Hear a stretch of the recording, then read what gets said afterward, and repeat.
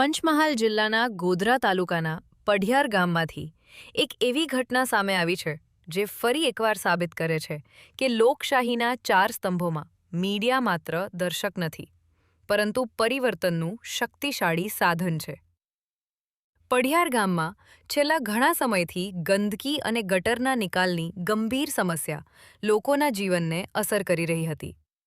ફરિયાદો થતી રહી, રજૂઆતો થઈ, પણ સમસ્યાનો કોઈ ઉકેલ આવતો ન હતો. આ દરમિયાન ગામના જાગૃત નાગરિક કાનાભાઈ રામાભાઈ પરમાર આ મુદ્દે છેક દિલ્હી સુધી રજૂઆત કરવા ગયા. પરંતુ સાચી વાચા ત્યારે મળી જ્યારે પંચમહાલના મીડિયા જગતે આ મુદ્દાને સામાજિક જવાબદારી સમજીને જમીન સ્તર પર ઉઠાવ્યો.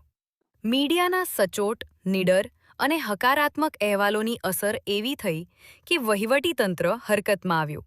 સ્વચ્છ ભારત મિશન ગ્રામીણ ફેઝ 2 અંતર્ગત ₹3,31,200ના ખર્ચે 18 સામૂહિક શોકપીટ બનાવવાની મંજૂરી અપાઈ અને હાલ આ કામગીરી યુદ્ધના ધોરણે શરૂ થઈ ગઈ છે. આ સફળતા બાદ કાનાભાઈ પરમારે પંચમહાલ જિલ્લાના તમામ પત્રકારોને પત્ર લખીને હૃદયપૂર્વક આભાર વ્યક્ત કર્યો. તેમણે જણાવ્યું કે લોકશાહીના ચાર સ્તંભોમાં મીડિયાનું મહત્વ કેટલું છે તેની સાચી અનુભૂતિ મને આજે પઢિયારમાં થઈ છે. મીડિયા જો સત્યની પડખે ઊભું રહે તો સામાન્ય માણસના પ્રશ્નો પણ ઉકેલાય છે. તેમણે આ લડતનો સમગ્ર શ્રેય નીડર અને નિષ્ઠાવાન પત્રકારોને આપતા કહ્યું કે પત્રકારોના મજબૂત સહયોગ વિના આ વિજય શક્ય ન હોત.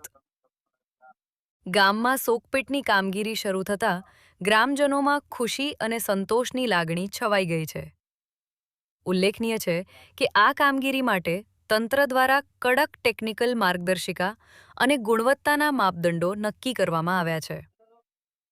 પઢિયાર ગામની આ ઘટના આજે સમગ્ર પંચમહાલ જિલ્લા માટે એક ઉત્તમ ઉદાહરણ બની છે કે જો મીડિયા સત્ય અને જનહિતની સાથે ઊભું રહે તો પાયાના પ્રશ્નો પણ ચોક્કસપણે હલ થાય છે. વિવિધ કચેરીઓમાં કરવામાં આવેલી રજૂઆતો દિલ્હી સુધી પણ કરવામાં આવી અને જેમાં પંચમહાલના પત્રકારશ્રીઓએ અમારી રજૂઆતને વાચા આપી અને તેમણે પણ અમારી રજૂઆત દિલ્હી સુધી પહોંચાડી અને જેના પરિણામ સ્વરૂપે પઢિયાર ગામને ₹3,31,200ની ગ્રાન્ટ શોકપીટ બનાવવામાં આપી અને ગામને ગંદકી મુક્ત બનાવવા માટેનું કામગીરી હાલ પ્રગતિમાં છે. હું પત્રકારશ્રીઓનો પંચમહાલના તમામ પત્રકારશ્રીઓનો આભાર માનું છું. લોકશાહીમાં મીડિયાને ચોથો આધારસ્તંભ માનવામાં આવ્યો છે.